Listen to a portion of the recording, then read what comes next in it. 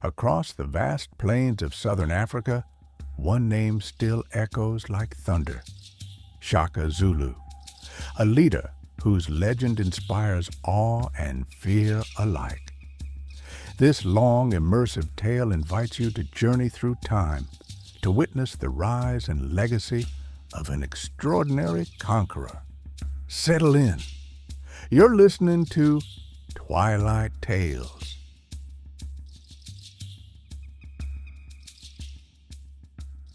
Chapter 1. The Child of Destiny. Part 1. Origins and Childhood of Shaka, rejected but marked by the strength of destiny. In the heart of the vast plains of southern Africa, swept by winds and bathed in sunlight, a child was born whose destiny would reshape history. This child, named Shaka, came into the world toward the end of the 18th century, in a context where the Zulu clans were still only small, scattered communities, torn between local rivalries and fragile alliances. From his birth, he bore the weight of exceptional circumstances, for his story began with rejection and humiliation. Shaka was the illegitimate son of Senzangakona, a Zulu chief, and Nandi, a woman from a neighboring clan, the Langeni. Their union had not been legitimized by customs, and when Nandi became pregnant, she faced the scorn and shame of her people. Traditions were unforgiving toward a woman who conceived out of wedlock. She was considered an outcast, and the unborn child a sign of disgrace. Thus, even before seeing the light of day, Shaka already carried the stigma of rejection. When he was born, Nandi had to face hostility not only from her own clan, but also from that of Senzangakona. The child was mockingly nicknamed Shaka, a word associated with a childhood illness, as if to signify that he would never have any worth. Yet, despite this contempt, Nandi refused to yield to the destiny others sought to impose on her. She raised her son with fierce determination, instilling in him the idea that he was not destined for obscurity, but for a future greater than anything his enemies could imagine. Shaka's childhood was harsh. Mocked by other children, rejected by adults, he had to learn early on to survive in a world where no one seemed to want him. His mother, protective but powerless against daily humiliations, instilled in him the strength of character that would become his hallmark. She repeated to him that the ancestors had a plan for him, that his rejection was not a curse, but a trial meant to forge him. These words, heard over and over in the cold nights of the kraals, remained etched in his mind. Isolated from others, Shaka developed a great capacity for observation. While the other children played, he studied their movements, memorized their cruel laughter, and clenched his fists in silence.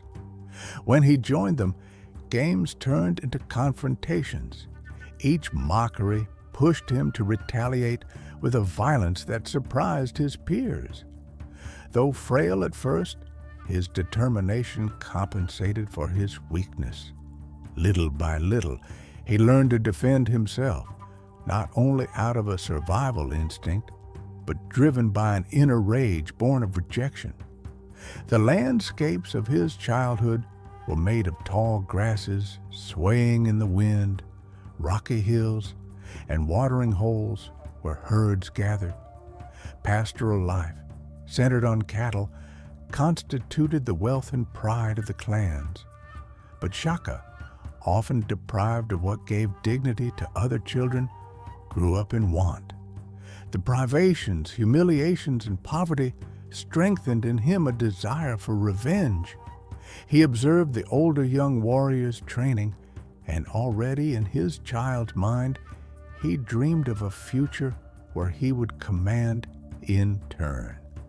Nandi, aware that her son had to rise above his status as an outcast, raised him with strict principles. She taught him pride despite humiliations, patience despite pain. In her eyes, she saw more than a rejected child. She saw a force in the making. She repeated to him that every tear shed must become a weapon, that every wound must fuel his determination. Under her influence, Shaka grew up with the idea that his destiny could not be limited by the shame of his birth. The trials were plentiful. Other children sometimes stole his food, forced him to endure their taunts. But Shaka did not content himself with suffering in silence. He struck back blow for blow, and even when beaten, he rose again, his eyes filled with fierce rage. This attitude, initially mocked, eventually impressed some. People began to say that this child possessed an extraordinary inner strength, that he refused to submit, even in the face of adversity. Over the years, his body transformed. From a frail child emerged a strong, agile, and enduring adolescent. He ran long distances, hunted skillfully, and spent hours training alone with sticks, simulating imaginary battles. His solitude, far from weakening him, made him a focused young man, obsessed with becoming stronger than those who had humiliated him. Every past mockery turned into motivation. In his gaze shone a particular intensity. Those who knew him said he possessed a flame that nothing could extinguish. This flame, born of pain and shame, would soon ignite into a consuming ambition. For Shaka, despite the obstacles, firmly believed in his mother's words. He was not cursed, but destined to achieve great things. As he approached adulthood, his reputation began to change. No longer was he spoken of only as the rejected bastard, but also as the young man who never gave up, who struck with frightening determination, who seemed driven by an invisible force. Even the elders, observing him, began to whisper that perhaps this child they had despised was marked by destiny. Thus ended Shaka's early years, a harsh childhood marked by rejection and pain, but also by resilience and rage. These trials, far from breaking him, forged in him the character of a future conqueror, the humiliated child who had found refuge only in his mother's arms, already carried within him the seed of a king. In the African plains, under the vast sky and winds carrying ancient tales, a legend was silently being born.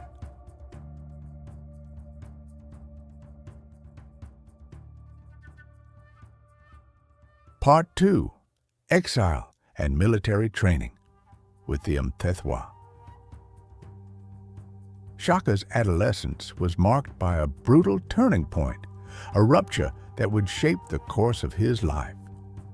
The rejection he had suffered since childhood did not lessen with age. On the contrary, as he grew, the mistrust and contempt of others intensified. The illegitimate son of Nandi and Senzanga Kona had no place within his clan. Tensions reached a breaking point, and exile became inevitable. For Shaka, this departure was not a liberation, but an additional wound. Forced to abandon his homeland, he left alongside his mother in search of a place where they could survive. Exile led them to the Mthethwa, a powerful neighboring clan led by a charismatic chief named Dingiswayo.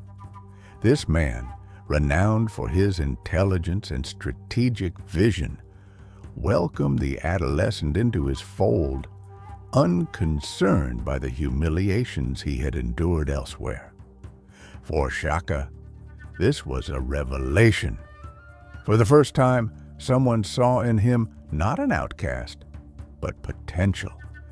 Dingiswayo had undertaken to reform the way his warriors fought. Unlike traditional customs, he sought to introduce a more structured organization to discipline his men so they acted in concert rather than in the chaos of individual combat. In this context, Shaka found fertile ground for his talents to flourish. Gifted with keen observation and an inventive mind, he absorbed the teachings of this visionary chief while developing his own ideas. Training with the Mthethwa was a school of warfare for him. Each day, he covered long distances barefoot to toughen his body and test his endurance. Exercises in spear throwing simulated hand-to-hand combat, and warrior dances repeated to exhaustion forged relentless soldiers. Shaka, driven by a thirst to prove his worth, excelled in every trial.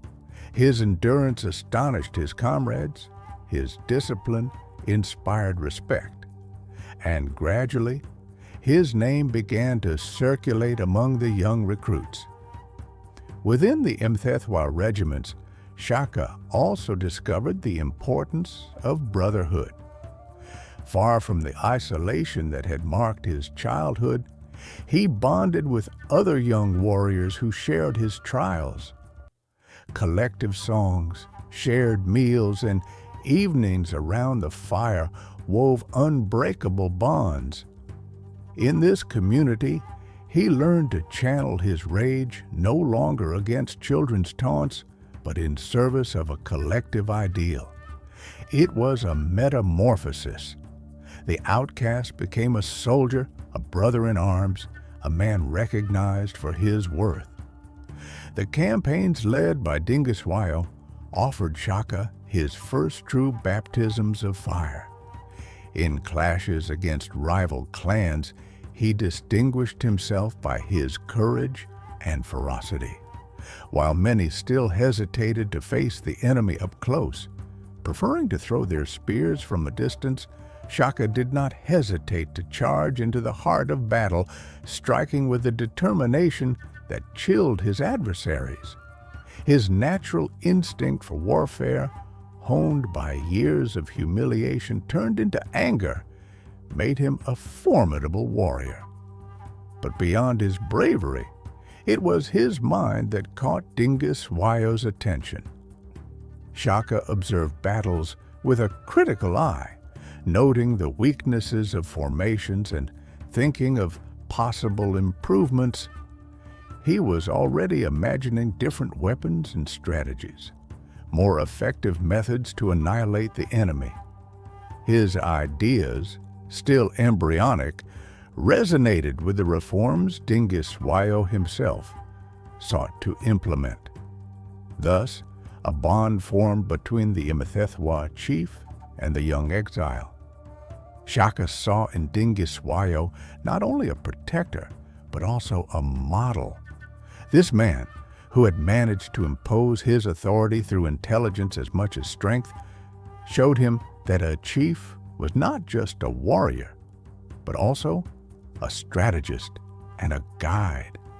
In his mind, a new ambition took shape. He no longer wanted merely to survive or take revenge on those who had rejected him.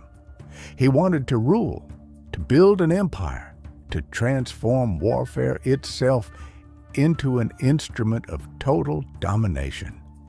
The years spent among the Mthethwa solidified this ambition. Each victory won by his regiment bolstered his confidence. Each admiring glance from a comrade or superior erased a bit of his childhood humiliations. Yet, deep within, the wound of his origins remained raw. The rejected child was not dead. He lived on in the heart of the young warrior, fueling his desire for greatness. This pain transmuted into energy would become the driving force of his future conquests. Nandi, always by his side, watched her son's transformation. She saw the shy, humiliated adolescent turn into a confident man, recognized and respected. But she also knew that this thirst for power could lead him to excesses. She encouraged him while constantly reminding him of the need to remain faithful to his ancestors and roots. For while Shaka was growing in warfare, he was also growing in a culture where spirits and traditions reigned as invisible masters. When the time came to assert himself, Shaka was no longer the fragile child who had been despised, but a seasoned warrior, feared and admired. His time with the Mthethwa had given him the physical and mental tools to aspire to an extraordinary destiny. And already in the plains of southern Africa, whispers were beginning. This young man was not like the others. He was different, marked by an inner strength that no one could explain. Thus ended Shaka's exile among the Mthethwa, a period of pain transformed into learning, of humiliation metamorphosed into ambition. In the young man's gaze now shone the certainty that he was destined for something greater than survival. His destiny, he sensed, would be that of a chief, a conqueror, a king.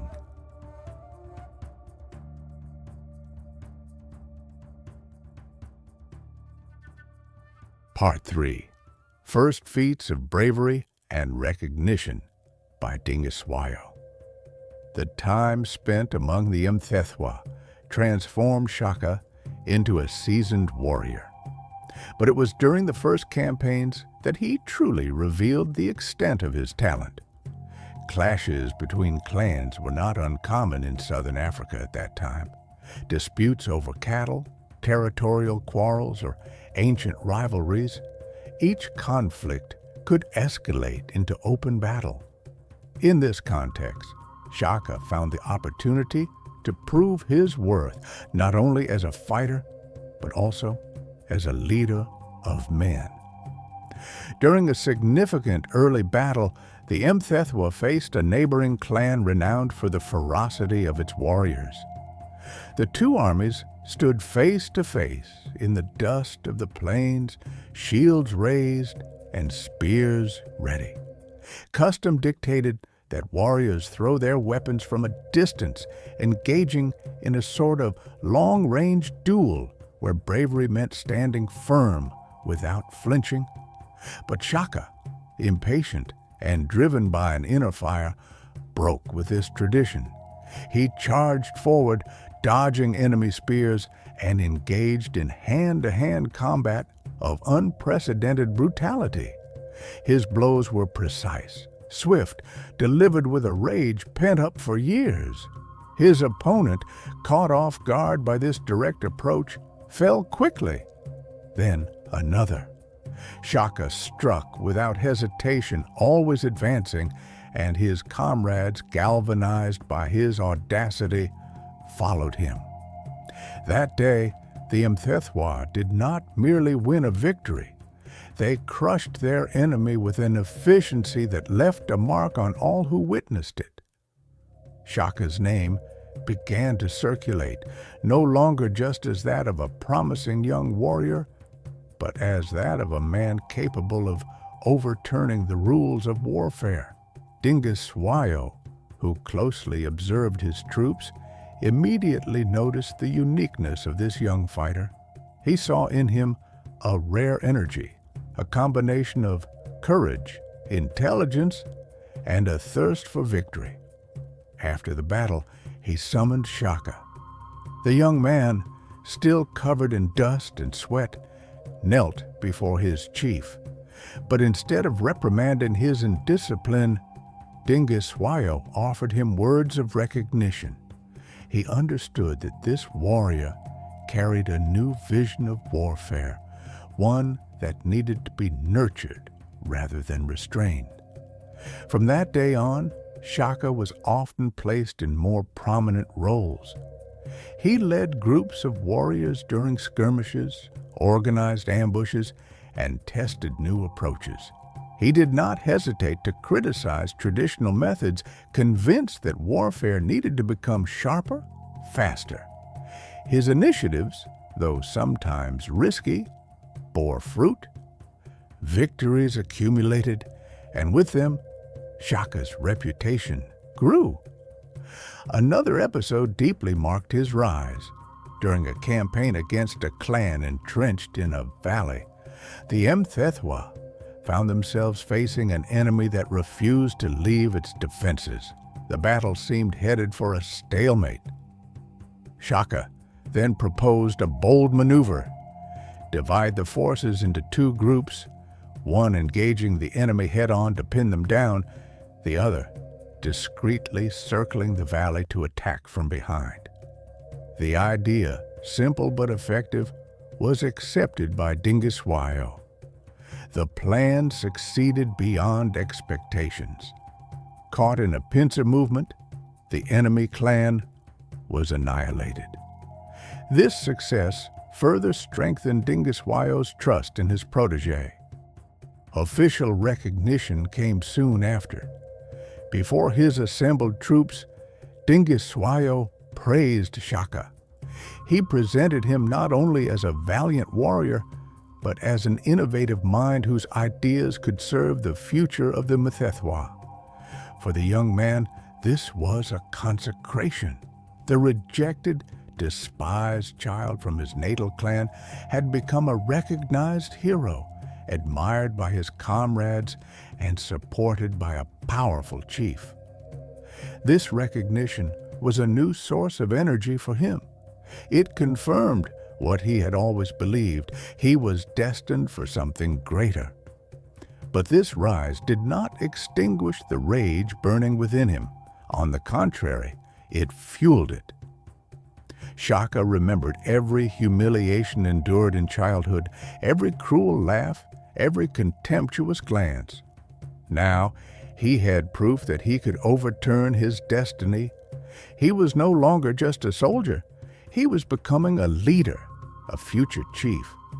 His ambition, fed by the pain of the past, transformed into an unyielding will to build an empire where he would never again know humiliation. In the campaigns that followed, Shaka continued to distinguish himself. He forged strong bonds with his men, sharing their hardships and victories. But he also knew how to be ruthless toward weakness. For him, a warrior had to be flawless, for the survival of the entire group depended on each individual. This demand, still tempered at the time, foreshadowed the iron discipline he would later impose as king. Under Dingiswayo, he also learned the art of governance. The Mthethwa chief was not only a military strategist, he knew how to negotiate, forge alliances, and rally clans through diplomacy as much as force. Shaka observed, listened, learned. Every piece of advice, every gesture became a lesson for him. Gradually, he built a vision of power where warfare was just one tool among others to unify and dominate. Dingiswayo's recognition sealed Shaka's transition from shadow to light. This young man, once despised, had found a master who believed in him, a framework where he could express his genius, a battlefield where he could prove his worth. His life had just taken an irreversible turn, for soon circumstances would call him back to his natal clan, and he would have to face the struggles of succession that would decide his future. But already, in the plains of southern Africa, his name was spoken with respect and sometimes with fear. Shaka, the child of destiny, was emerging as a conqueror in the making.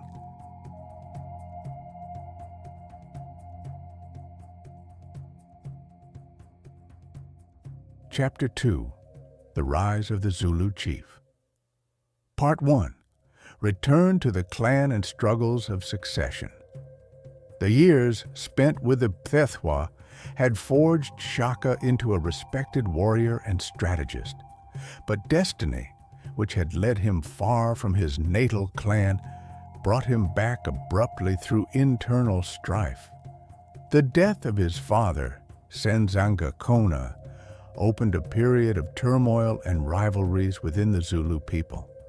As often in clan-based societies, the authority of the departed chief left a void that several contenders fought fiercely to fill. Shaka, though an illegitimate son, saw in this situation a unique opportunity. His childhood of rejection and humiliation had left in him a wound that nothing had yet healed. Now he could return among his people not as an outcast, but as a seasoned man, recognized by Dingiswayo himself. Yet he knew nothing would be simple. His rivals would not welcome him with open arms. They awaited him, ready to push him aside, perhaps permanently. His return to his father's kraal was fraught with tension. The elders, family heads, and warriors gathered to assess this man about whom so much had been said. They saw not the rejected child, but a warrior with a proud bearing, a burning gaze, and an imposing stature. The shadow of Dingiswayo loomed over him, for everyone knew he had earned the recognition of this great chief.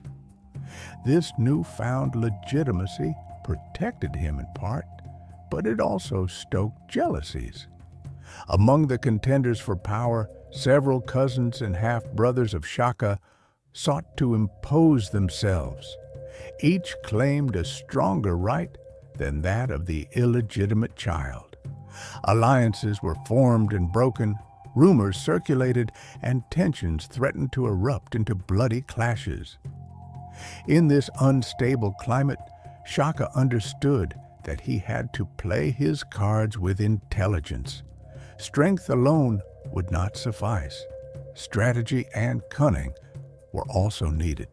He began by rallying to his side the young warriors impressed by his reputation. He spoke to them with the authority of a man who had seen more battles than many of them. He shared his experiences with the Mthethwa, describing Dingiswayo's reforms, new tactics, and iron discipline. These stories fascinated them, for they opened a different perspective on traditional warfare. Gradually, dozens of young men drew closer to him, seduced by the idea of participating in a military revolution. But Shaka did not limit himself to warriors. He knew that the elders, guardians of tradition, played a crucial role. He showed respect, invoked the ancestors, and reminded them that, despite his illegitimacy, he was indeed Senzanga Kona's son. This ability to combine respect for customs with a visionary approach allowed him to carve out a place in a world where, normally, he would have been sidelined. The struggles of succession took the form of open rivalries. Clashes broke out between factions. Shaka, discreetly supported by Dingiswayo, who saw in him a useful ally, actively participated in these fights. His makeshift regiments, though still small in number, stood out for their discipline and efficiency. Where others launched into disorderly charges, his men advanced in formation, striking as one voice, one gesture.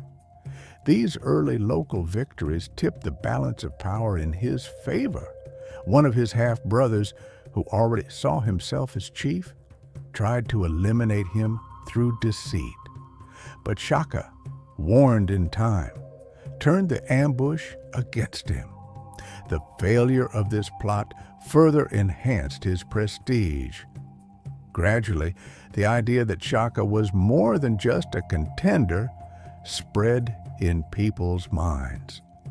He was not merely an illegitimate son seeking recognition, but a man capable of leading the Zulus into a new era. This return to his natal clan was not without pain for Shaka. Memories of his humiliated childhood resurfaced with every suspicious glance, every poisoned word. But instead of weakening him, this memory fueled his determination. Every past humiliation became another reason to prove he deserved the supreme position. The rejected child had returned, but this time he had weapons, allies, and an unshakable ambition. The climate of tension reached its peak when Dingiswayo openly intervened in Shaka's favor. The Mthethwa chief saw in him the perfect instrument to strengthen his influence over neighboring clans. By supporting Shaka's rise, he solidified his own alliances. This gesture, though driven by political interest, gave Shaka decisive legitimacy. He was no longer just an internal contender, but a man backed by a regional power. Shaka's rivals, aware of this new reality, had to accept his rise, albeit with bitterness. Some were sidelined, others integrated through force or strategic marriages. Shaka, pragmatic, knew not to destroy everything at once. He preferred to neutralize his most dangerous enemies while keeping others under surveillance. His strategy combined brutality and patience, a method that would become his hallmark. Thus, the return to his natal clan, which could have turned into tragedy, became the starting point of an irresistible rise. Shaka was not yet king, but he had gained a central place in the struggles of succession. His military victories, charisma, and Dingiswayo's support made him a formidable rival that no one could ignore. In the Zulu plains, all eyes were now turning toward him. The rejected son was becoming the inescapable contender.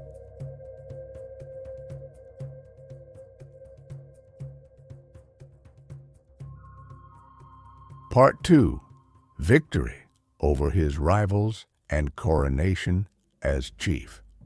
The death of Senzangakona had opened a period of internal conflicts, but Shaka, thanks to the support of the Mthethwa and his early military successes, was gradually establishing himself as an inescapable figure. Yet, nothing was won yet. His rivals, half-brothers and cousins, refused to yield the place to him without a fight. Blood would flow again before the rejected son could sit on the seat of power. Tensions reached their height when two rival factions united against him. They saw in Shaka not only a competitor, but also a threat to traditions. His vision of warfare, his discipline, and his potential reforms seemed too radical to them. They feared losing their privileges if this man imposed his authority. Confrontation became inevitable. The decisive battle took place at dawn, in the mist still covering the hills. Shaka had gathered his supporters, young and enthusiastic warriors, forged by his tales of the Mthethwa. Facing them, his rivals had greater numbers, but lacked unity. Shaka already applied principles he had learned from Dingiswayo. Instead of throwing his men en masse, he arranged them in formation, with a solid center and two wings ready to envelop the enemy. The clash was brutal. Spears flew, shields clashed, and soon the battle turned into a fierce hand-to-hand struggle. Shaka threw himself into the fray, setting the example. His short spear, firmly gripped, struck with deadly precision. His warriors, galvanized by his presence, withstood the initial assault and began to push back the enemy. Then, at the opportune moment, the wings he had positioned closed in. The enemy, caught by surprise, was encircled and crushed. This victory marked a turning point. Not only did it ensure Shaka's supremacy over his immediate rivals, but it revealed to all that he was not a mere contender. He was a strategist, a leader of men, a chief capable of turning a disparate group into a formidable army. The survivors were forced to submit, and hesitant clans rallied to him, convinced that resistance would only prolong the inevitable. Soon after, a great assembly was convened. The elders, family heads, and warriors gathered there. Before them, Shaka was proclaimed chief of the Zulus. His coronation was not a moment of pomp or lavish ceremony, but an act of pragmatic recognition. He was seen as the man capable of leading the people toward a safer future, protecting them against their enemies, and giving the Zulus unprecedented power. That day, Shaka felt that his destiny was partially fulfilled. The rejected, mocked, and despised child had become the chief of a people. But in his mind, this was only a beginning. He did not want merely to rule over the Zulus. He wanted to make them an invincible nation, a power that none could ignore. His thirst for greatness, fueled by past wounds, burned brighter than ever. The people, for their part, discovered a chief unlike any they had known before. Shaka did not merely govern. He demanded. He required discipline, courage, absolute loyalty. Those who accepted would march alongside him toward glory. Those who refused would face his wrath. From the first days of his reign, he showed that his authority would tolerate no challenge. Thus began the true reign of Shaka, now chief of the Zulus. His rise, marked by pain, exile, and struggle, finally found its reward. But this was only a prelude. The years to come would reveal the full extent of his genius, and southern Africa would tremble under the steps of his armies.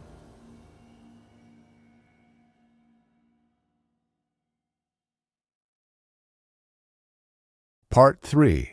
The First Social and Military Reforms. From the first days of his reign, Shaka understood that his power could not rest solely on victory over his rivals. To endure, he had to profoundly transform his people, reshaping both society and the art of warfare.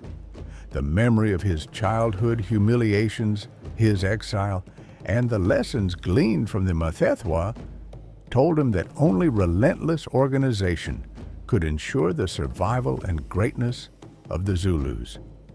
He first tackled the army, the beating heart of his authority.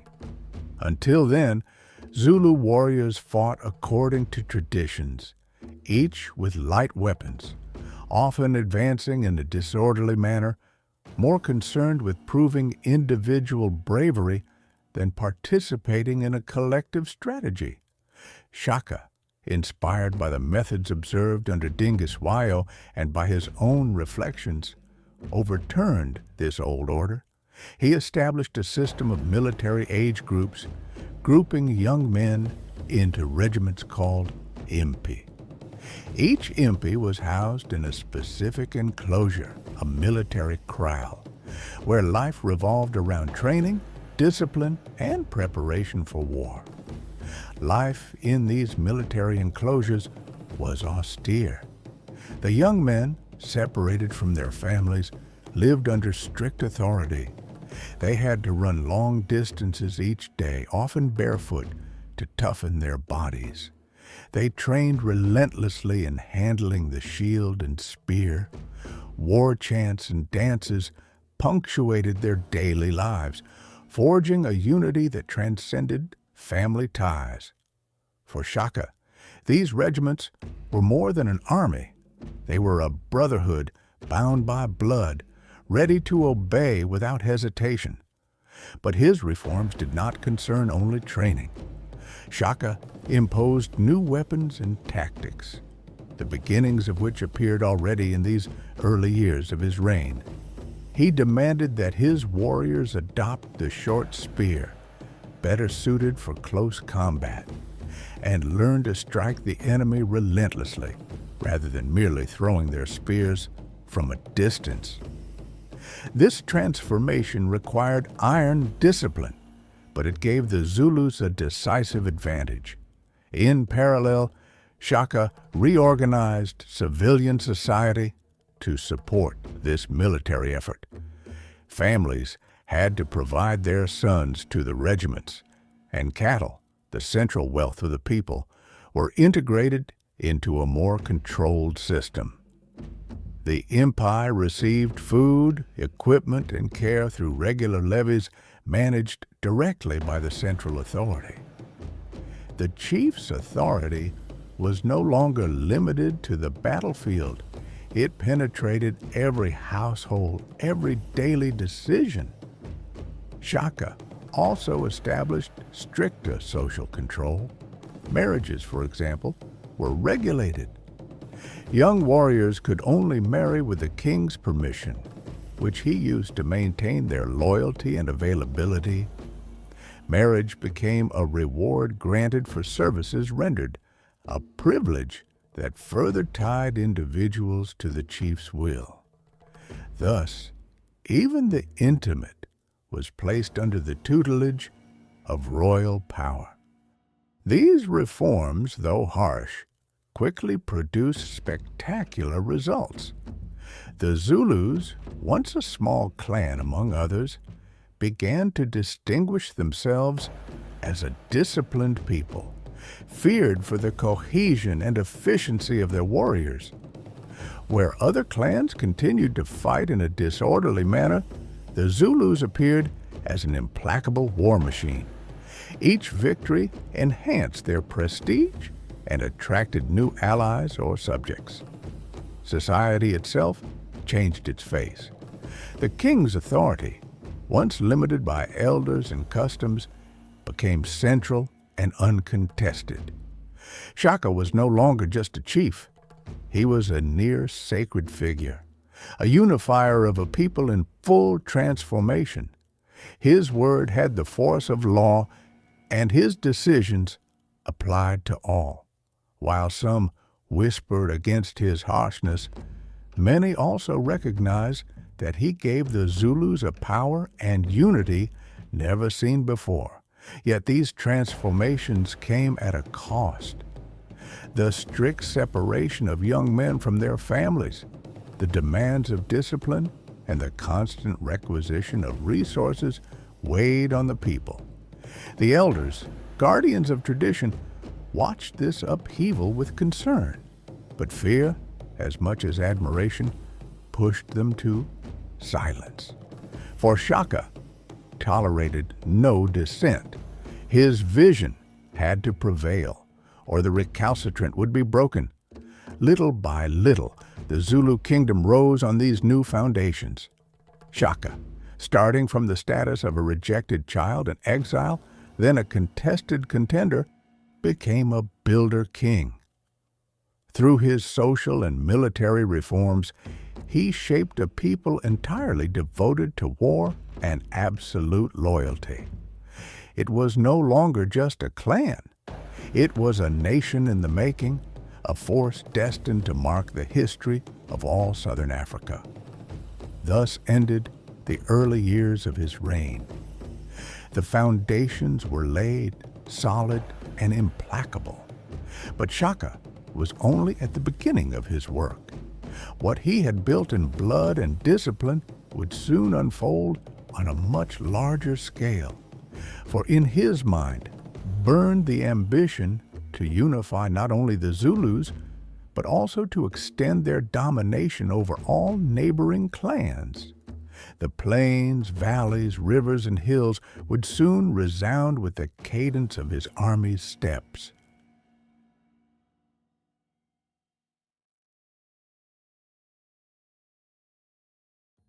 Chapter 3: The Strategist and the Conqueror. Part 1: The Invention of the Iklwa and the Revolution of the Zulu Armies. Among all the innovations that marked Shaka's work, none had as much impact as the invention and widespread adoption of the iklwa, the short spear designed for close combat. This weapon, simple in appearance, radically changed the way war was waged in southern Africa. It symbolized both the spirit of rupture and the strategic vision of Shaka, who saw in every detail an opportunity to transform his people into an invincible force. Traditionally, African warriors fought with light spears, which they threw from a distance before engaging in often chaotic combat. These weapons, effective for harassing the enemy, did not always kill with a single blow. Battles dragged on, relying more on individual bravery than on true collective cohesion. Shaka, who had already experienced the harshness of hand-to-hand combat and reflected on the inefficiency of these practices, wanted to break with this habit. He had a new weapon forged, heavier, with a wide, sharp blade fixed to a short, sturdy handle.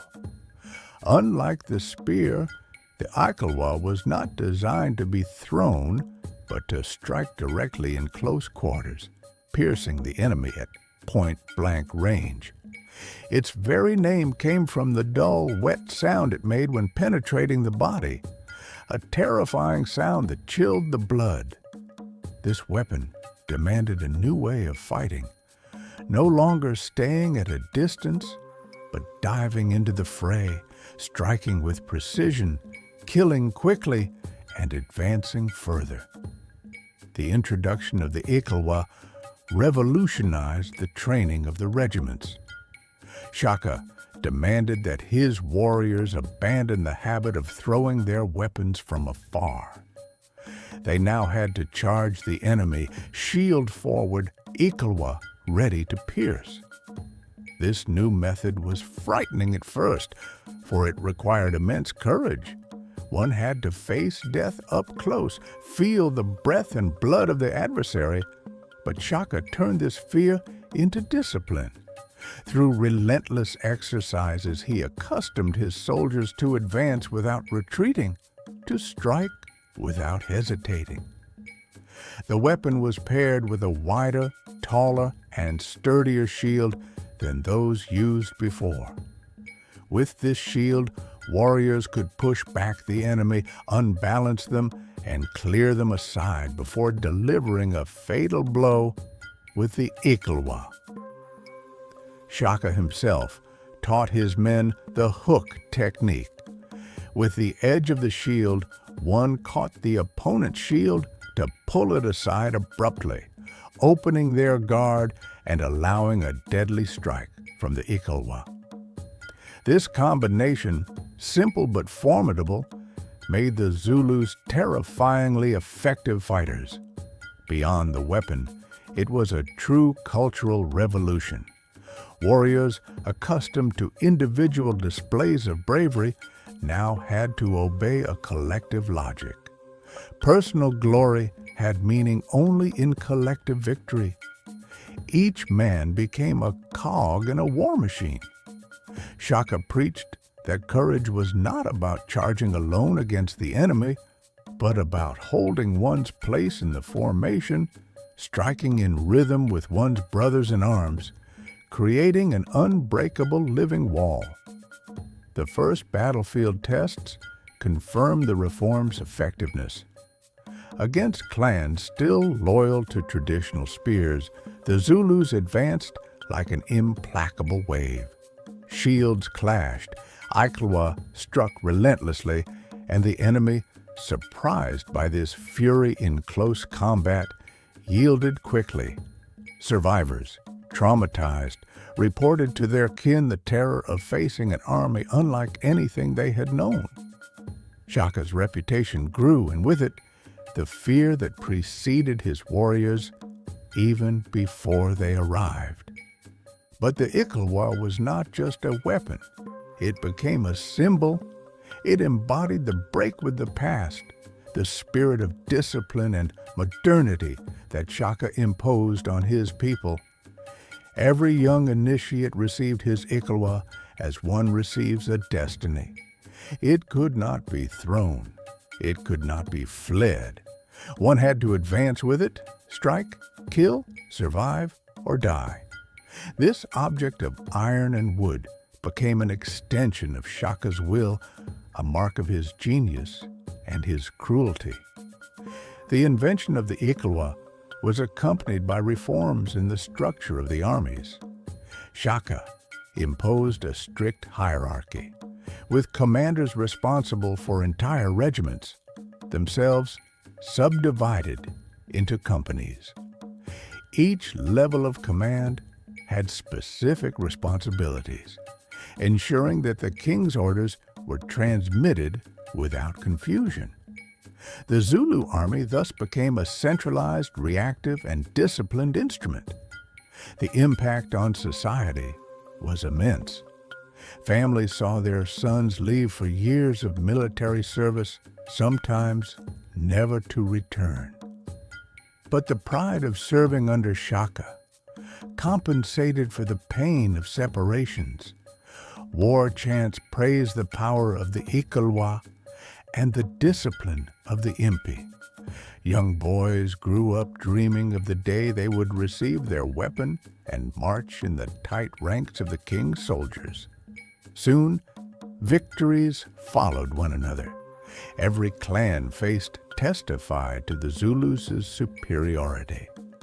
Every enemy defeat reinforced the idea that Shaka had found the key to domination. And as the plains of southern Africa resounded with the clash of shields and the cry of warriors, the iklwa became not only a weapon of war but a myth. This invention, born from the mind of a man who had turned his wounds into ambition, would forever change the destiny of his people. For from that moment, the Zulus were no longer a mere clan. They became an army, a nation on the march, ready to extend its influence over much vaster territories. Shaka had given his men a weapon, but above all, a new way of conceiving warfare. And this was only the beginning.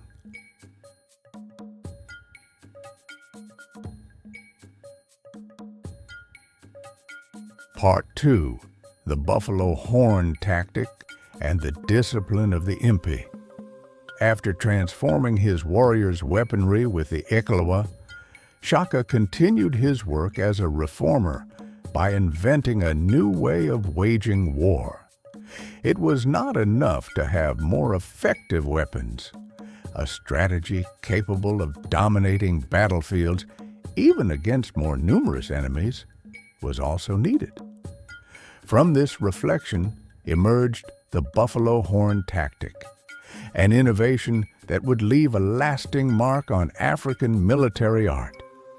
Shaka observed the herds of buffalo, powerful animals of the savannah, when they charged to protect their young. The adults formed a protective circle, the strongest on the sides, the youngest in the center.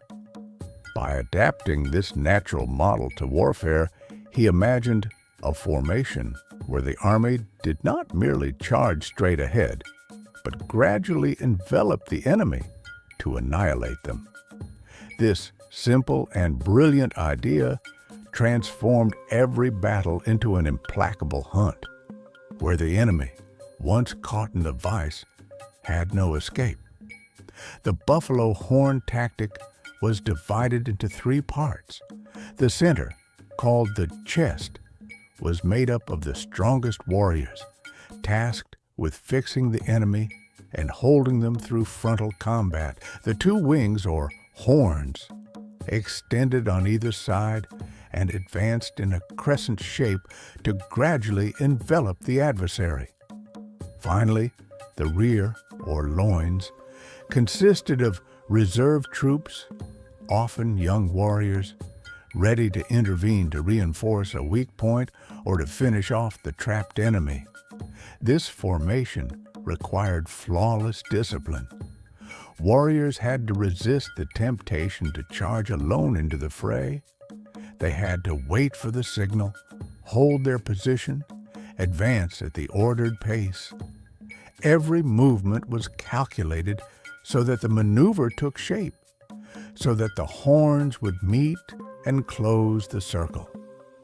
It was a war dance where each man had his place and where the slightest mistake could jeopardize the whole.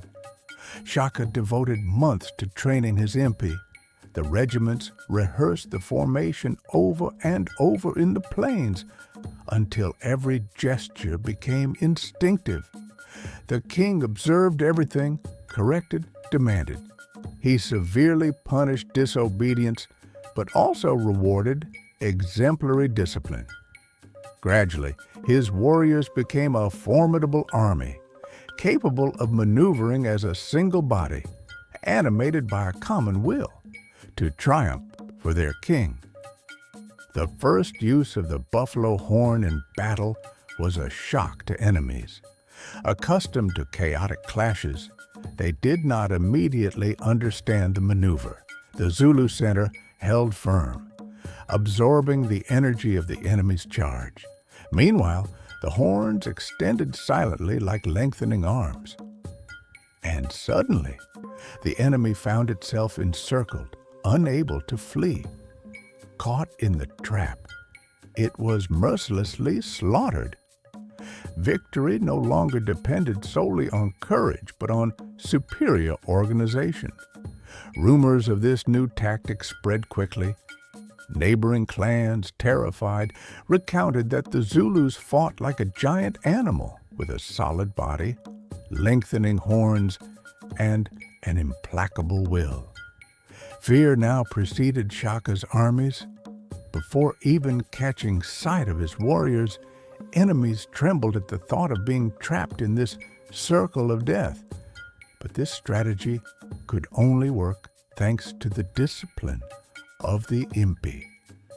Shaka had created elite regiments where loyalty and obedience were absolute.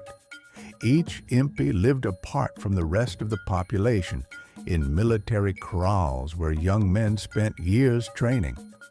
They ran barefoot over vast distances, practiced repeated charges, slept little, ate frugally. Their entire lives were devoted to war.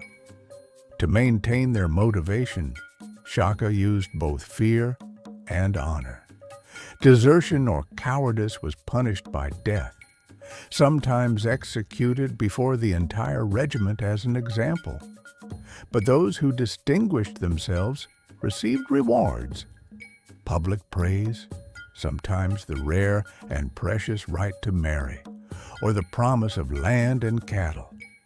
Every warrior knew that his life was in the king's hands, and that only glory on the battlefield could bring recognition and dignity. This extreme discipline forged an army unmatched in the region. The Zulus no longer fought in scattered bands, but in coherent regiments, each with a name, an identity, a history. These impi developed a powerful esprit de corps. War chants, intoned before battle, resounded like thunder, galvanizing some and terrifying others. When the warriors struck the ground with their bare feet, the vibrations seemed to herald the end of the world for their enemies. Shaka knew that discipline was the key to victory. In his mind, the army had to be an extension of his own will. The impi were his instruments, and through them he shaped an empire. Every battle won strengthened his prestige and that of his tactic. Every enemy defeated increased the terror and fascination inspired by his name. Thus, thanks to the iklwa, the enlarged shield, and above all the buffalo horn tactic, Shaka transformed warfare in southern Africa. Where others saw combat as a series of individual feats, he made it a collective science, a machinery of destruction. His armies became beasts of war, advancing in a single step, striking with a single blow, annihilating all resistance. The discipline of the impi and the effectiveness of the buffalo horn gave Shaka a decisive advantage over his neighbors. It was no longer just a series of victories. It was the beginning of a lightning expansion. The plains, valleys, and hills of southern Africa would soon be traversed by regiments teeming with men, chanting their king's name, striking the ground like a storm. The world was changing, and Shaka was at the origin of this transformation.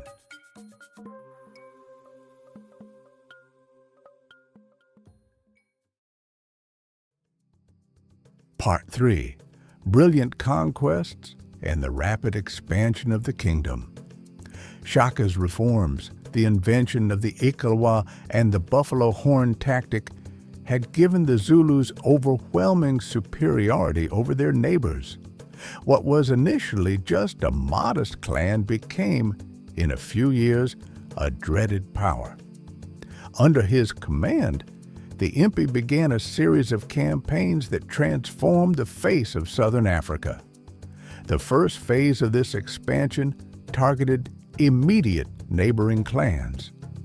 Many had already heard of Shaka's reforms, but none imagined the extent of the change. When the Zulu regiments struck for the first time, it was a revelation. Enemies, still attached to their light spears and traditional tactics, were swept away by the discipline and ferocity of Shaka's warriors.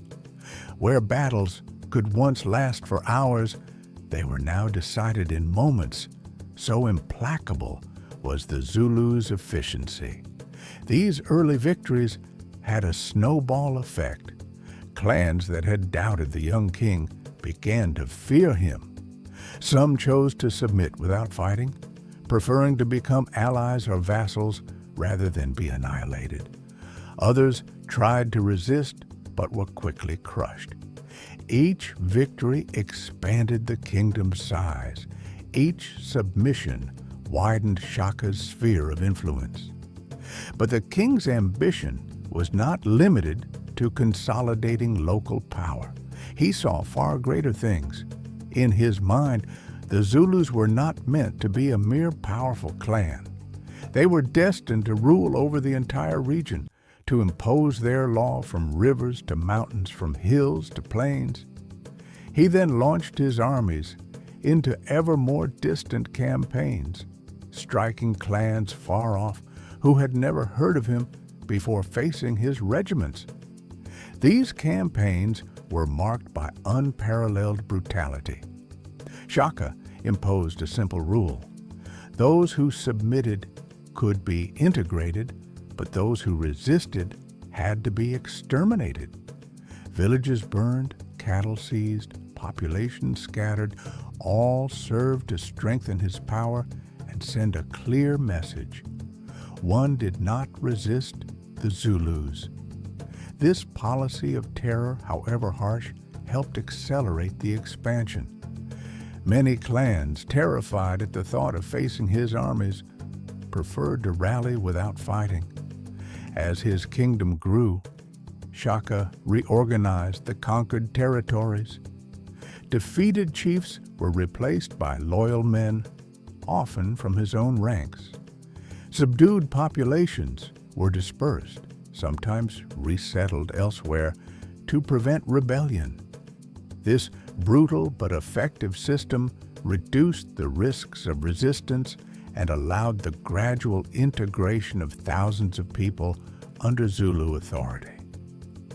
The impi now covered impressive distances, capable of marching dozens of kilometers in a single day to surprise their enemies. Accounts report that Shaka's warriors were so enduring that they seemed to appear out of nowhere. striking with a speed that left their adversaries without reaction.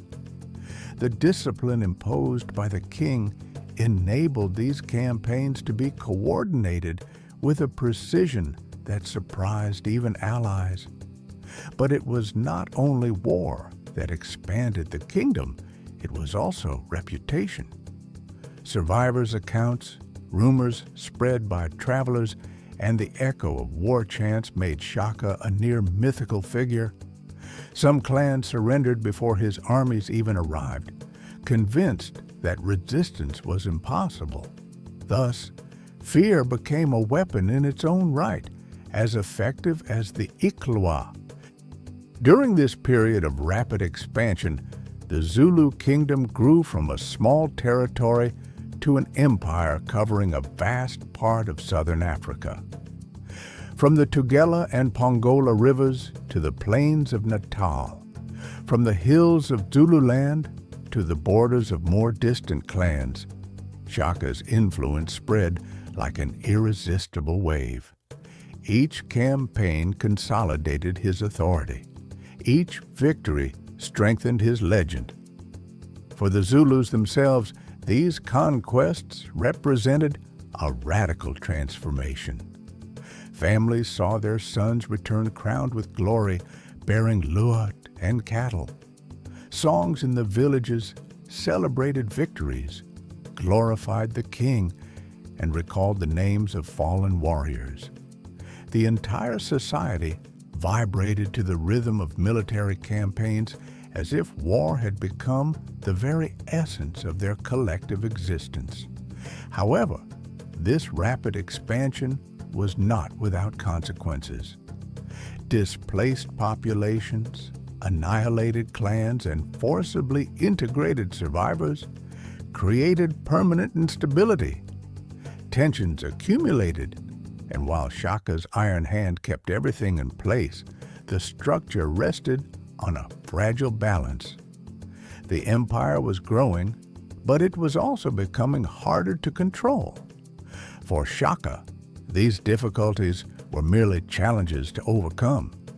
He saw in every resistance an opportunity to prove the Zulus' superiority, in every victory a justification of his reign. His ambition seemed limitless. He dreamed of a kingdom so powerful that none could ever challenge it. And in the plains of southern Africa, his name already resounded as that of an invincible conqueror. Thus, Shaka's brilliant conquests marked the pinnacle of his military genius. In a few years, he had built an empire from almost nothing. His reforms, audacity, and cruelty had transformed a humiliated and scattered people into a dreaded nation. But this greatness, built on blood and fear, already carried within it the seeds of future tensions. For the faster an empire grows, the more vulnerable it becomes to its own flaws.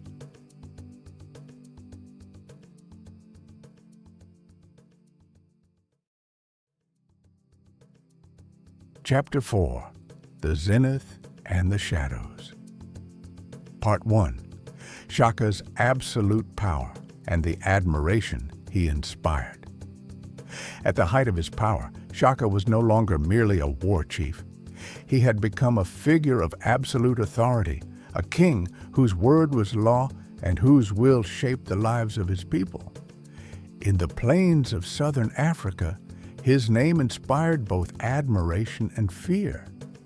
His successive victories, his unrelenting discipline, and his vision of a united people had made him more than a sovereign. He was the living symbol of Zulu greatness. Warriors saw in him the embodiment of courage and strength. Each battle won reinforced this image. When Shaka appeared, marching at the head of his regiments, his tall silhouette, regal bearing, and piercing gaze galvanized his men. Many said that nothing could go wrong as long as the king was present. His mere presence was enough to silence doubts and inspire unwavering confidence. The ceremonies held after victories were opportunities to affirm his power. The impi, gathered by the thousands, struck the ground with their bare feet, raising dust in rhythm, chanting their king's name in guttural songs that resounded like thunder. Shaka, seated on an elevated throne, received tributes, distributing rewards and praise. These scenes deeply marked the Zulu consciousness. Their king was not an ordinary man. He was above, chosen by the ancestors to guide his people. His power extended far beyond the battlefield. In every kraal, in every family, Shaka's presence was felt. He regulated daily life, imposing his reforms even in the most intimate matters. Marriages, cattle distributions, and alliances between families fell under his control. His authority permeated every aspect of society. While this weighed heavily on some, many saw it as a source of unity and security. Under Shaka, the Zulus were no longer just one clan among others. They formed a cohesive, respected, and feared nation. Foreign travelers, beginning to venture into the region, were struck by this organization. They described the impressive order that reigned in the villages, the strict discipline of the warriors, and the absolute obedience to the king. Some compared Shaka to the great conquerors of world history, to Caesar, Alexander, or Napoleon. They saw in him a military genius capable of transforming a people into an irresistible force. These accounts, carried beyond southern Africa, helped build a global reputation around his name. But for the Zulus themselves, admiration did not stem solely from his victories or discipline. Shaka was seen as the one who had restored pride and dignity to his people. Before him, they were a small clan, often despised or threatened by more powerful groups. Thanks to him, they had become masters of a vast territory, respected by all their neighbors. This transformation sparked immense collective pride. Songs, dances, and oral stories ceaselessly glorified the king who had made them a nation. During evening gatherings, elders recounted his rise from a rejected child to a revered leader. The young listened to these tales with shining eyes, dreaming of the day they would receive their iklwa and march in the ranks of the king's army. For them, Shaka was not merely a sovereign, he was a model, an ideal of courage, tenacity, and greatness. This admiration was also fueled by fear, for Shaka did not hesitate to punish disobedience with extreme severity.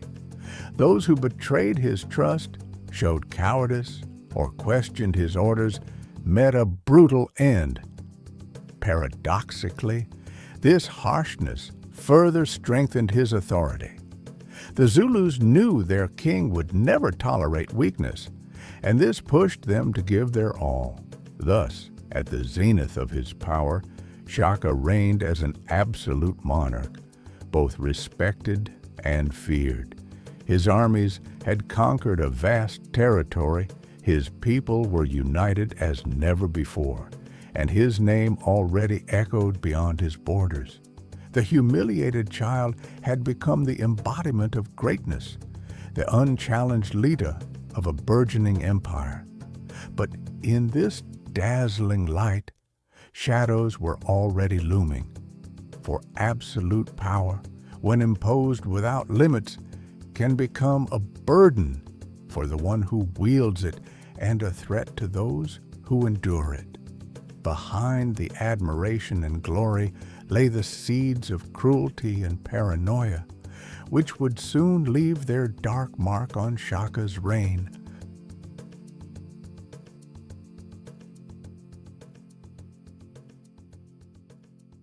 Part 2.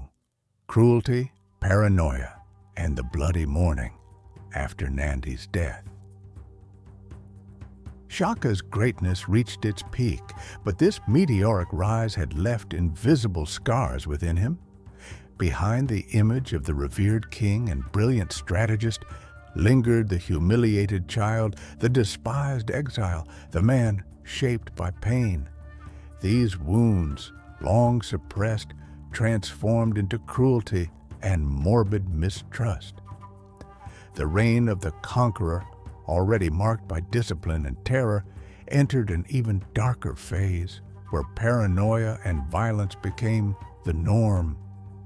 The death of Nandi, Shaka's mother, marked a decisive turning point. She had been his refuge during childhood, his support in exile, the only one who had always believed in him when the rest of the world rejected him.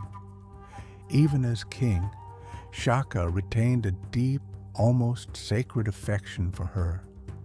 She was the root of his strength, the voice that had urged him never to give up. When she died, it was as if the only human anchor tying him to compassion had been shattered. His grief was immense. Shaka, inconsolable, was consumed by overwhelming sorrow. But this sorrow, instead of manifesting as quiet mourning, spiraled into madness. To express his grief, he decreed a national mourning of unprecedented brutality. For several months, he banned all marriages and births. Pregnant women were condemned, as giving life during a time of death was seen as an offense to his pain. The entire nation was plunged into an atmosphere of unbearable oppression.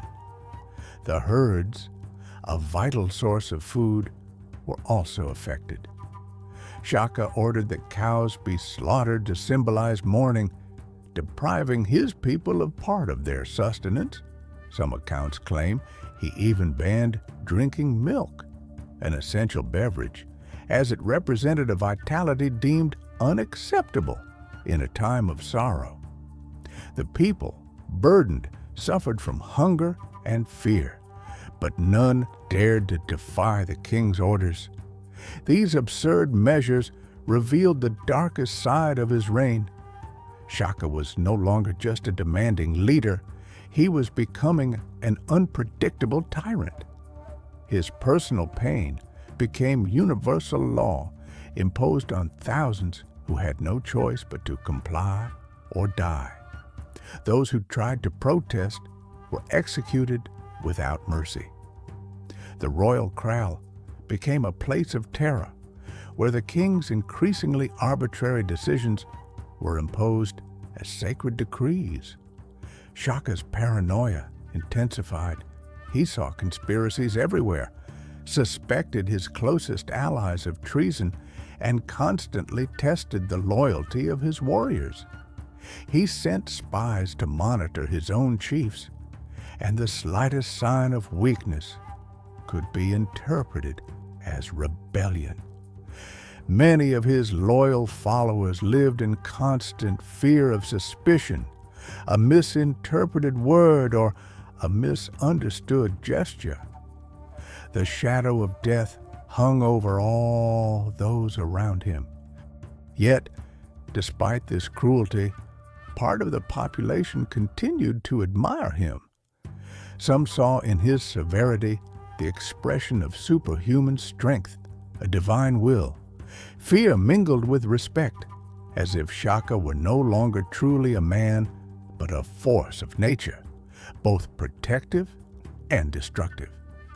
The legend was already beginning to blend with reality, amplifying his image beyond mere human history. But tensions were mounting. The subdued clans, exhausted by wars, began to murmur. Even within his own people, some wondered how far the king's madness would go. The elders, once guardians of tradition, felt relegated to silence. Military chiefs feared his unpredictable rages. The unity, built on discipline and terror, was starting to crack. Nandi's death had opened a gaping wound in Shaka's heart, and this wound bled across his entire kingdom. The king who had built an empire through the force of his will now showed the face of a despot consumed by pain and mistrust. Each day his power grew in appearance, but in reality he was isolating himself, cutting himself off from his people, and sowing the seeds of his own downfall. Thus, Shaka's zenith was inseparable from its shadows. His military and political greatness could not be dissociated from his cruelty and paranoia. The bloody mourning of Nandi marked a turning point, revealing that even the greatest conquerors are vulnerable to intimate wounds. And in this mix of glory and terror, the Zulu kingdom entered a phase where its once solid cohesion would be severely tested.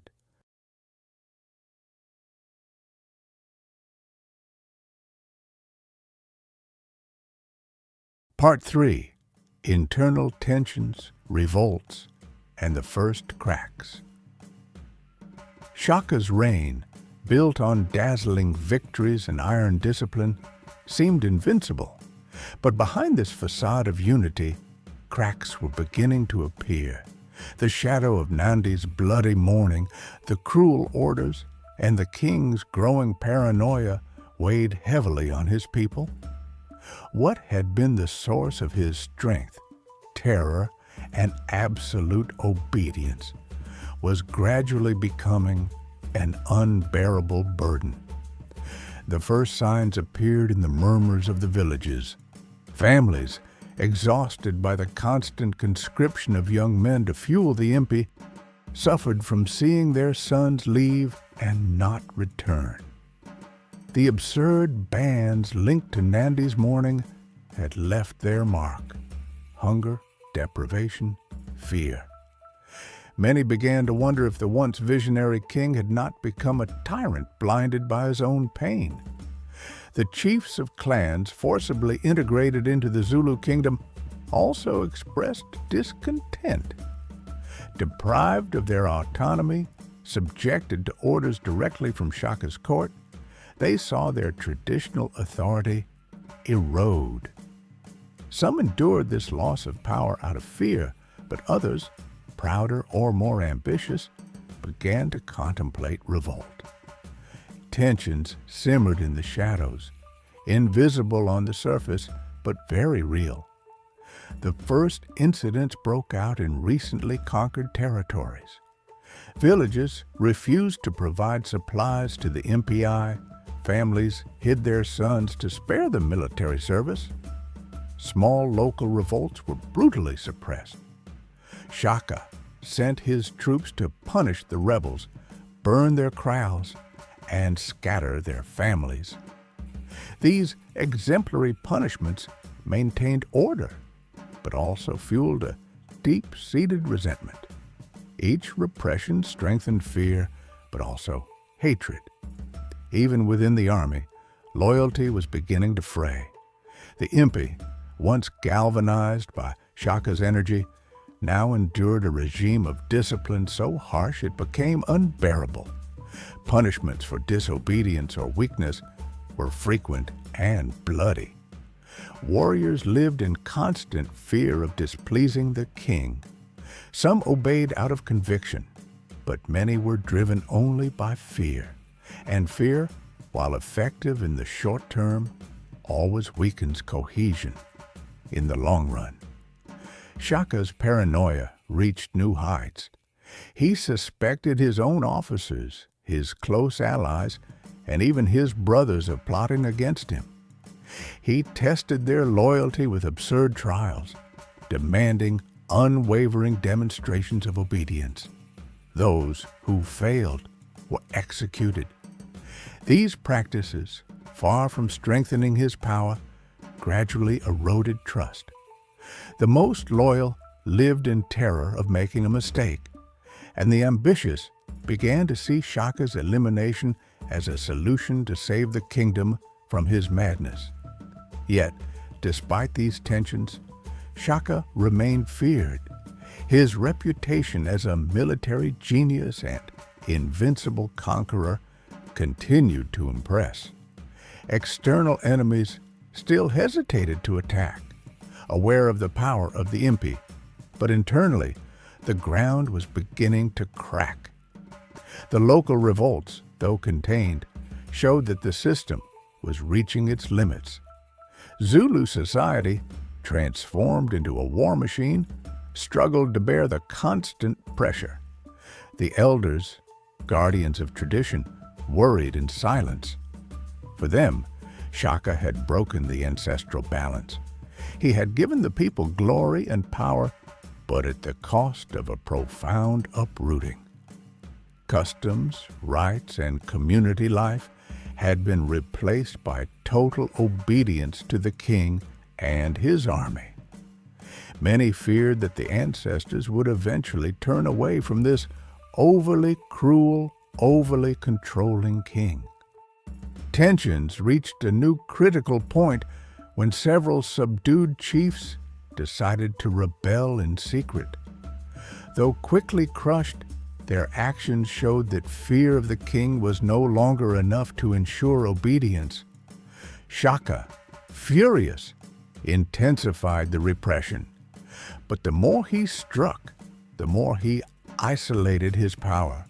His absolute authority became a cage, cutting him off from the advice and support of those who had once carried him. Even within his own family, tensions grew. His half-brothers, Dingane and Mlangana, who had long lived in his shadow, increasingly chafed under his tyrannical authority. They saw his reign turning into madness and began to think a change was necessary. Their loyalty was crumbling, and in their eyes the shadow of betrayal was already glimmering. Thus, beneath the apparent solidity of the Zulu Empire, irreparable cracks were opening. The terror that had built unity was turning against its instigator. The people, the warriors, the chiefs, even the king's closest allies carried a mix of fear, resentment, and weariness. Shaka's genius had created an empire, but his excessive cruelty now threatened to destroy it. The time of the zenith was nearing its end. The shadows were growing around the king, and already, in the corridors of his own kraal, the plots that would precipitate his fall were being prepared.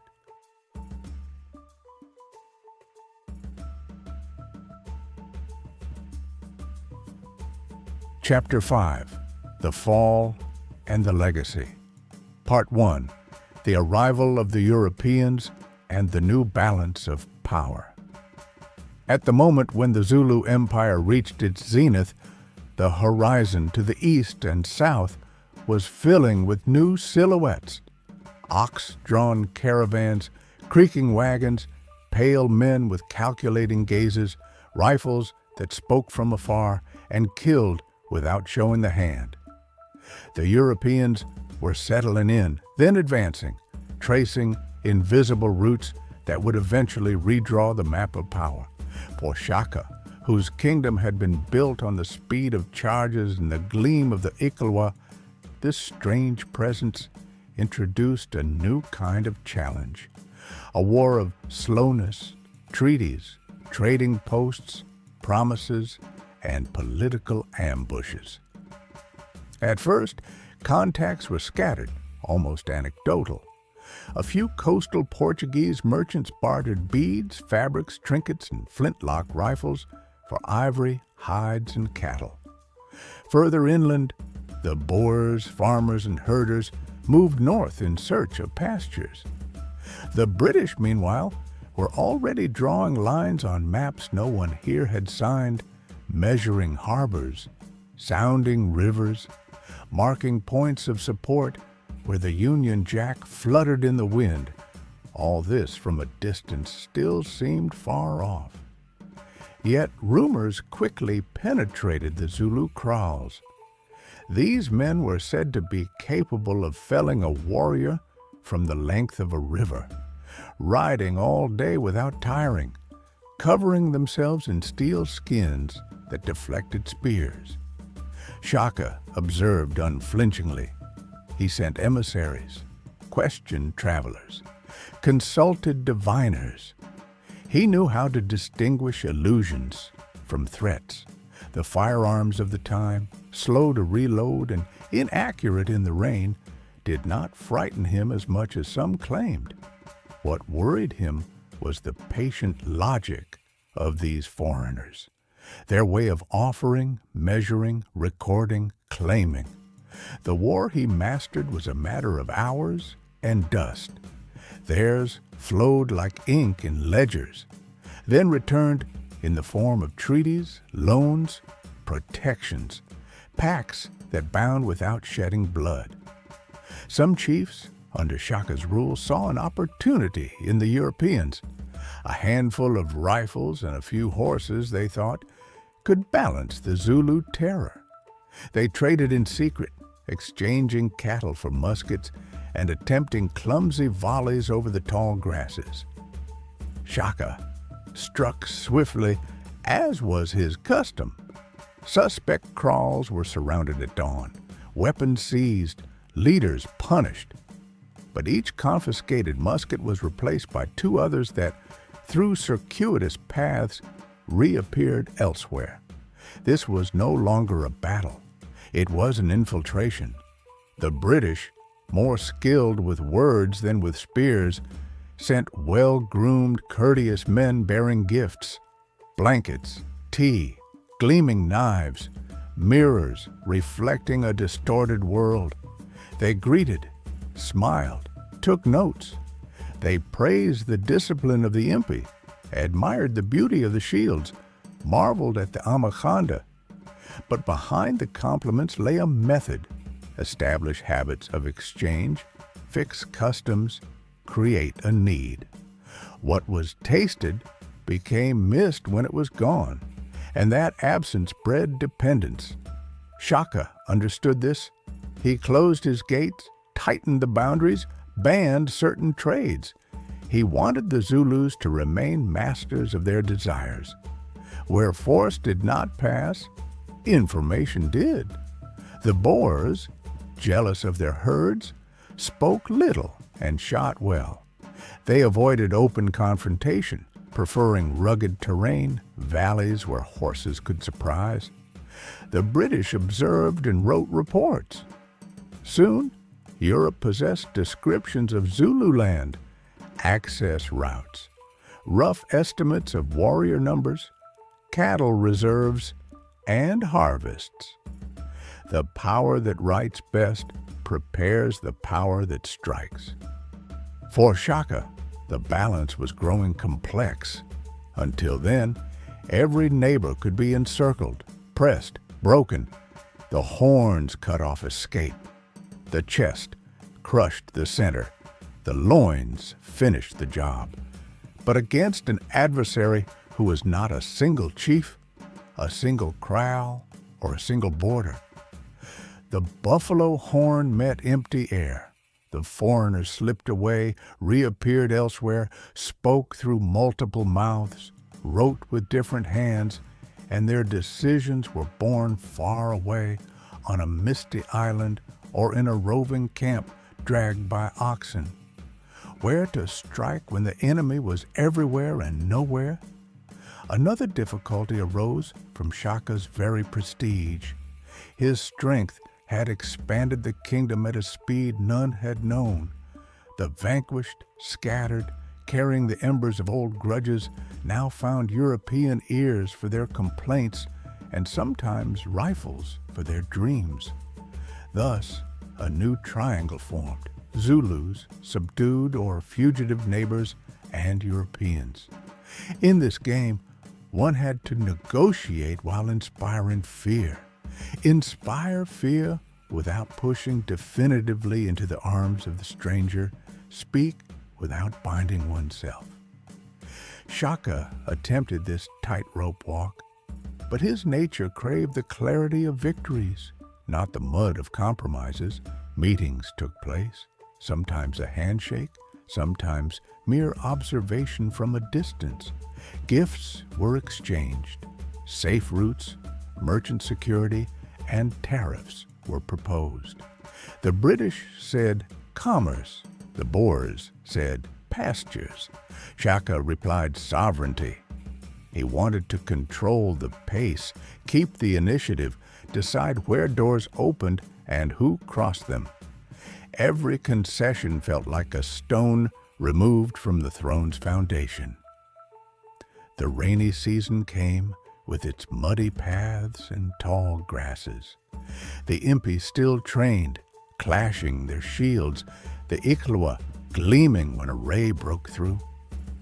Yet, in the evening gatherings, people spoke of the men with wagons, their strange neighing beasts, the fires that shot from their tubes, their books covered in signs. The elders said, "A king does not fear the storm, he counts its lightning." Shaka counted, but these bolts did not come from the sky. They sprang from multiple horizons, sometimes even from beyond the sea. In the king's mind, the map was changing. He assigned patrols to watch Boer trails, moved regiments to secure certain valleys, reinforced posts on heights overlooking the plains. He banned trades deemed dangerous, demanded that all seized foreign weapons be brought to the royal kraal. But the Zulu reactivity, lightning fast on a battlefield, clashed with the slow stubbornness of wagons that always returned, the tenacity of ink drying on pages preserved from the seasons. Under this diffuse pressure, internal balances shifted further. Border chiefs, weary of the iron grip, saw in the European presence a counterweight, if not salvation.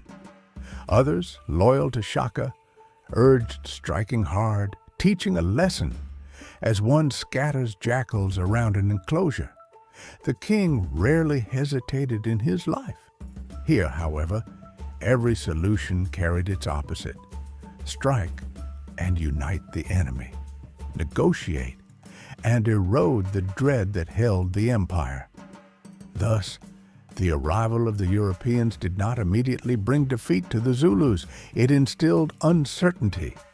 Uncertainty dulls the spear's point, dampens the fervor of songs, dilutes fear in rumors of possible exchanges. An empire, to remain an empire, needs a clear horizon. Shaka discovered one blurred, strewn with intermediaries, promises, and writings. His strength remained formidable, his regiment still undefeated, his name still a thunderclap. But already, in the slanting light of late afternoons, one could sense another time approaching. A time when victory would no longer be measured only by the number of broken shields, but by the ability to hold a desk, a road, a treaty. This shift, imperceptible day by day, was the prologue to the fall. Not because the Zulus had suddenly weakened, but because the map, the vocabulary, and the methods of power were changing around them. And when the world changes, the king who speaks only with the spear must learn other languages or growl in silence. Shaka knew neither silence nor bending. He chose to hold even firmer, and that choice would soon collide not only with the Europeans, but with the shadows already rising in his own house.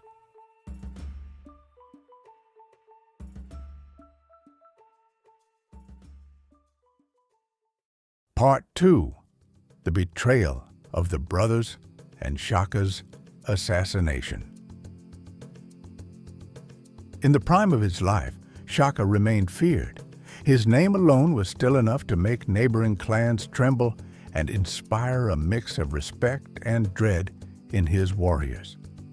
But behind the facade of the conquering king, The cracks were widening. The people, burdened by his mourning decrees and relentless demands, whispered in the kraals. The chiefs, exhausted by seeing their powers reduced to nothing, increasingly resented his authority. And even more dangerously within his own family, his half-brothers Dingiswayo and Mlangana were preparing the shadow of betrayal. These two men had grown up in his wake, long overshadowed by Shaka's glory. They had learned to bow, to play the loyal subjects, to remain silent when the king thundered. But in silence, they watched. They saw a ruler whose paranoia was growing, who suspected everyone of plotting, who punished without measure. Above all, they saw opportunity. If Shaka fell, they could inherit a powerful kingdom already built, ready to be governed. Tension mounted as the king's excesses accumulated. The absurd bans following Nandi's death had left a lasting mark. The repression of local revolts showed a sovereign who struck his own subjects as harshly as his enemies.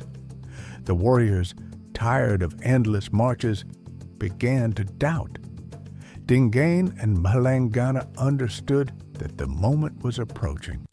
The king had lost some of the aura that made him untouchable. The conspiracy took shape within the royal kraal itself. The brothers recruited accomplices, including Mthethwa, a former officer humiliated by Shaka, who harbored a deep grudge against him. These men knew that the slightest mistake would cost them their lives. For even weakened, Shaka remained formidable. But they were resolved. They had to strike quickly, decisively, leaving the king no chance. The fateful day came in September 1828. Shaka was at his kraal in Kwadukuza, surrounded by a few loyal followers.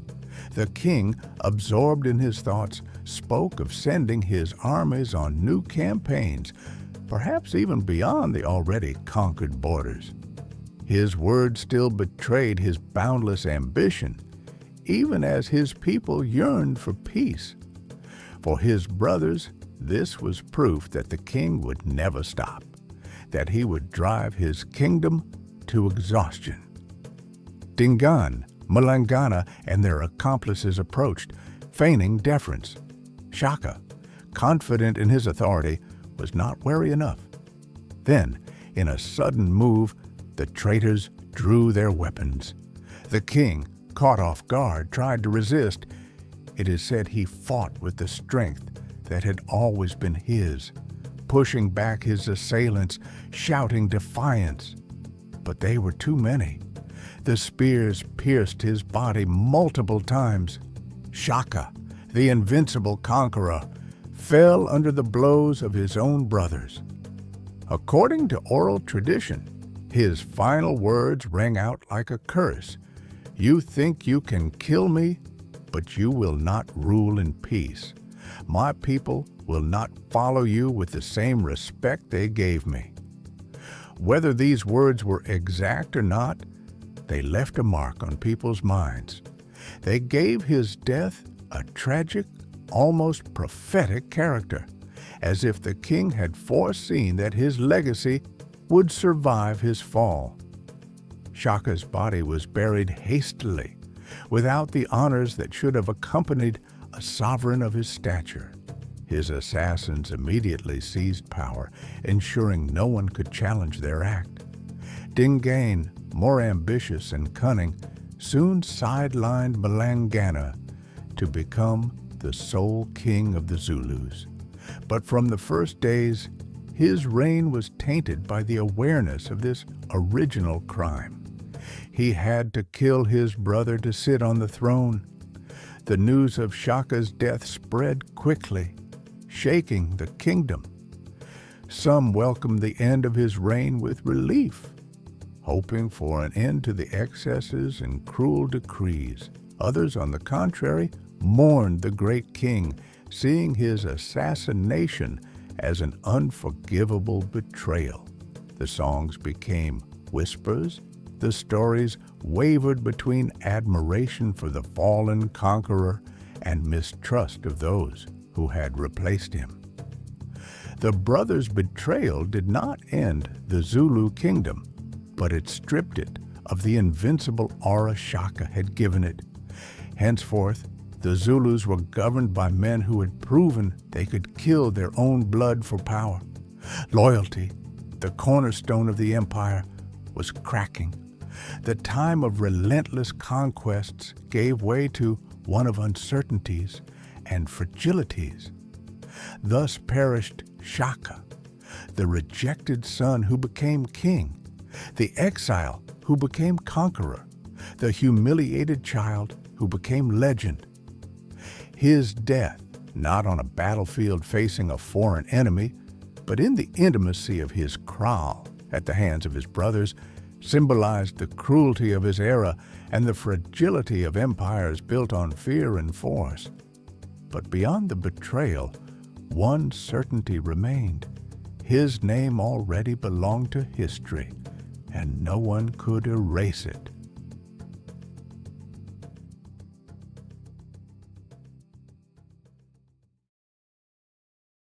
Part 3. Legacy, Legend, and Memory of the African Conqueror. Shaka's death, as brutal as it was unexpected, did not end his influence. On the contrary, his absence opened the way for a transformation of his image. The man, with his excesses and rages, his reforms and victories, vanished. But the legend began to take shape the moment his brothers plunged their spears into his body. Henceforth, Shaka no longer belonged solely to his people. He entered the collective memory of Africa, then the world, as one of the greatest war chiefs in history. For the Zulus, his legacy was twofold. On one hand, he had given the people a strong identity, an unprecedented pride. Before Shaka, the Zulus were just one clan among others, small, fragile, often despised.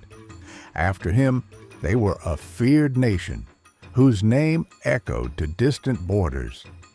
The military, social, and political reforms he imposed continued to shape the kingdom long after his death. The impi remained a formidable force. The command structures stayed in place, and the discipline Shaka instilled continued to forge subsequent generations. But on the other hand, his reign also left scars. The cruel decrees, arbitrary executions, and imposed mourning had sown fear and mistrust. His assassination by his brothers was partly made possible by this oppressive atmosphere. Many remembered him not only as a visionary leader, but also as a tyrant whose harshness had ended up isolating his power.